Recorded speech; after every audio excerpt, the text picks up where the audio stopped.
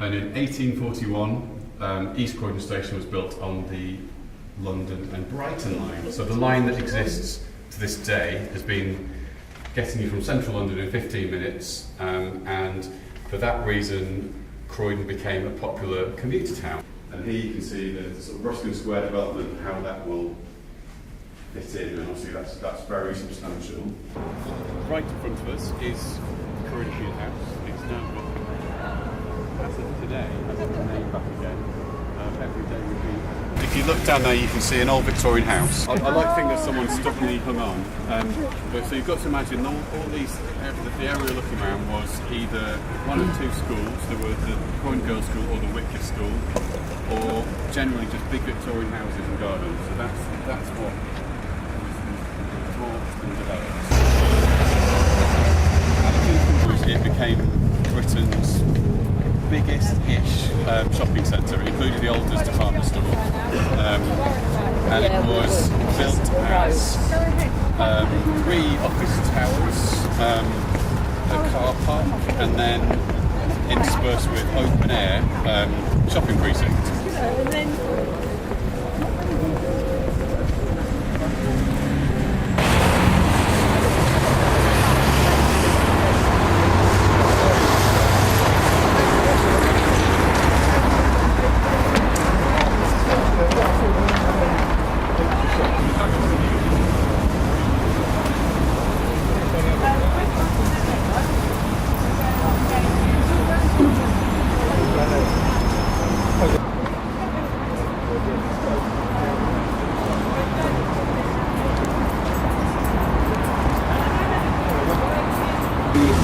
Behind me is Electricity House, which was this shows how much power and control the Croydon Corporation had. So Croydon Corporation had its own electricity company, its own gas company, its own water company.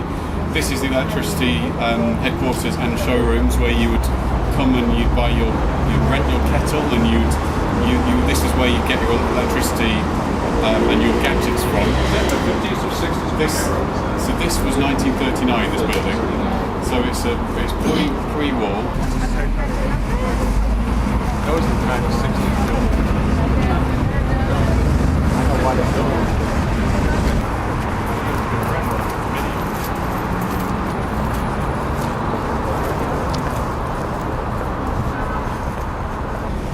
Behind us here is the Croydon College. It was built as the Technical College in the 1950s. It was another Robert Atkinson building who designed Electricity House. They needed to train bricklayers, plumbers, electricians, and that was one of its main purposes, and was not loved when it was built, and it was considered rather sort of dated, a little bit fascist in its design, so it was never particularly popular, and it will be redeveloped in the years going forward.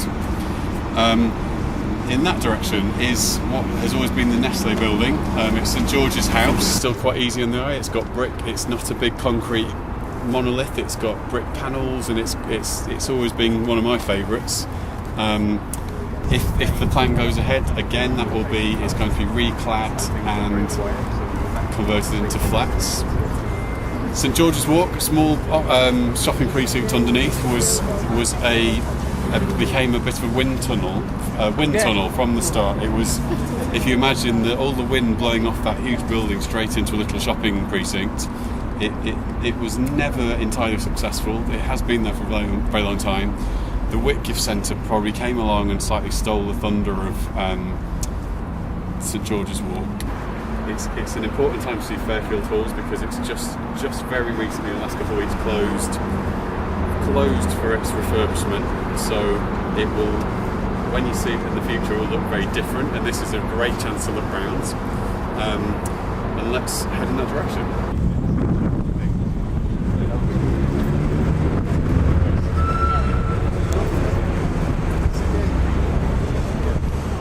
As in the retainers? Absolutely, yeah. Oh, yeah. Built by the council.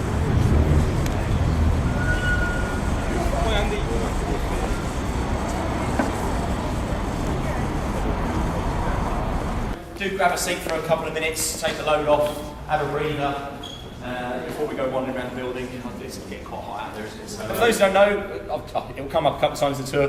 Croydon, we're not very original when it comes to naming things. We don't really like to think about things too hard if we can help it. The Fairfield Halls, therefore, actually sits in the ward of Fairfield. Yes, you can see how long it took us to come up with that. There we go. And the reason it's called Fairfield is because it used to be a field where we held the fairs. There we go, exactly.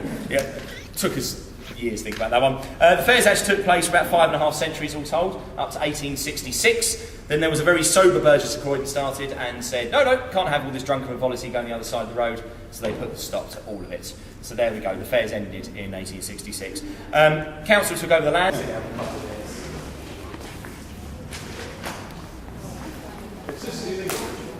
No, this was put in 2010. I've got the last photo I'll show you in the tour is actually at the original foyer. But this was put in 2010. They were doing some work to the roof, ripped it all down and somewhere as they're taking that fire break between the concert hall, which were underneath, and the foyer. So they put this in 2010.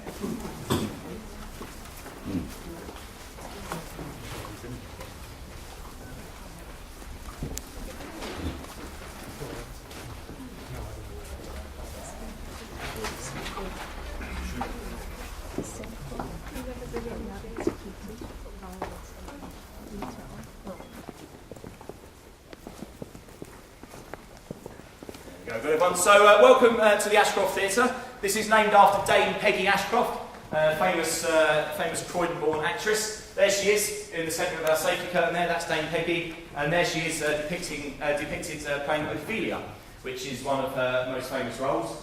That's why the Ashcroft is named the way it is. The reason the Ashcroft is probably more famous locally is for its safety curtain here. We're quite lucky to have it. It's one of only a couple in the country. The only other one we definitely know that exists is actually in Northampton, in the Theatre Royal. It was painted by a gentleman called Henry Bergh. Henry Bergh was quite a well-known, well-respected artist, so much so, towards the end of his life, they were actually teaching his style of painting at the Royal Academy.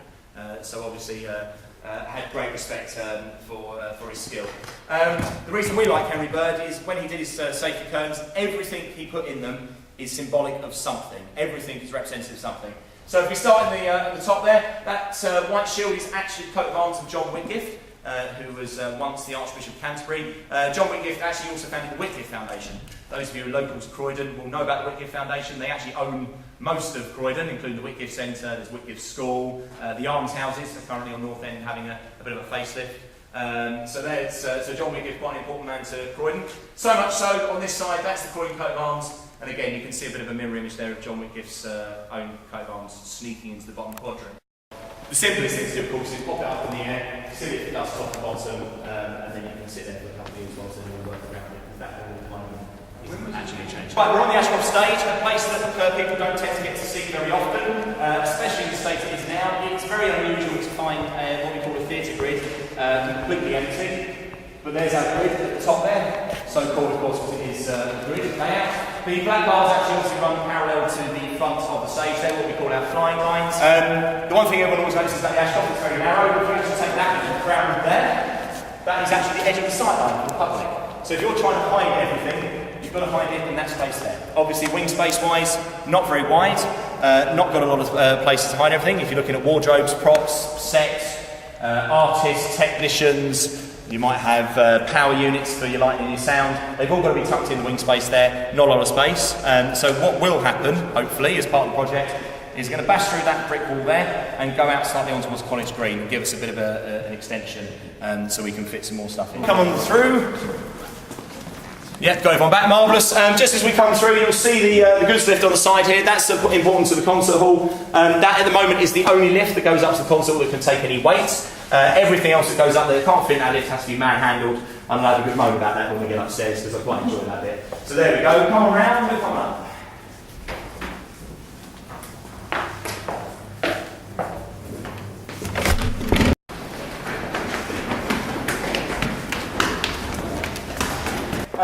Welcome to the concert hall. There's a photo of it in 1962 before all the wood panelling went on, so not long before the building opened. Part of the reason we like to talk about the wood panelling, it's very, very important. Mainly because, for those who don't know, the concert hall is acoustically one of the best in Europe. It's actually almost acoustically perfect. But the bit everyone always misses, if you look at the bottom of the seats, you'll actually see lots and lots of rows of small holes. Now the holes are actually there for a reason. They're not there just purely for design to make the place look supposed to. If you're wondering, don't fall off the front of the stage. Thank you very much. They're actually there for the acoustics. The idea is that the seat gives exactly the same acoustic reflection whether it is up and unoccupied than whether it's down and somebody is sitting in it. Therefore, if you've got nobody in the audience, 20 people in the audience or 1,500 in the audience, the acoustics should be exactly the same. Going back to our original genius way of naming things, this is the Royal Box Corridor. Of course, houses the Royal Box. There we go. Nowhere is more intelligent than that. I'm going to come and stand this side because most people are that side. The building was actually opened by the Queen Mother, Queen Elizabeth, 1962. You know what? It's the first time I've moved and everyone else has moved for me. There we go. Marvellous. It was opened on the 2nd of November 1962 by the Queen Mother. You may notice a slightly pained expression on the Queen Mother's face. No, it is not, oh dear God, I'm in Croydon, what the hell have they done to me? She was actually in quite a lot of discomfort. Turns out, the day after the opening night, they took her to hospital because she wasn't feeling great. Turned out she had a broken foot. So there we go. The Queen Mother actually opened the venue on a broken foot. There we go. So there's a bit of history for you. There she is making her opening remarks at the first concert in the Royal Box. We'll be going in just a moment. And if I flip back, there's the opening concert there. Again, you can see on the left there, especially when I said the organ had been installed. Obviously, there are people singing in the box there. Right, we're going to go through the Royal Box. First thing to remember, the Royal Box, it is the worst seat in the house. We don't care about the royals, so they're not allowed to enjoy themselves. They are here to work, they are here to be seen, ogled by the general populace. It doesn't matter if they can't see, it doesn't matter if they can't hear properly, they have to just sit there and lump it. As we come back out, we're also going to go past the Royal Toilet. Oh yes. Royal Toilet, I quite like it. It's the only part of the building that's still got its 1960s features.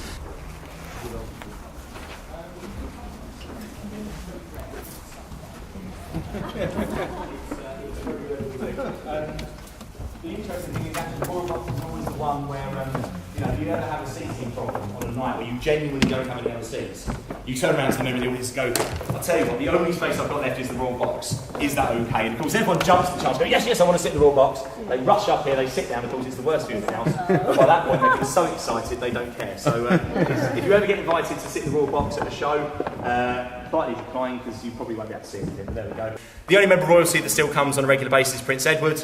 He actually is not a great fan of the Royal Box, mainly because he's a massive fan of classical music. He is actually patron of the London Mozart Players. Those who don't know, they were one of our resident orchestras up till recently.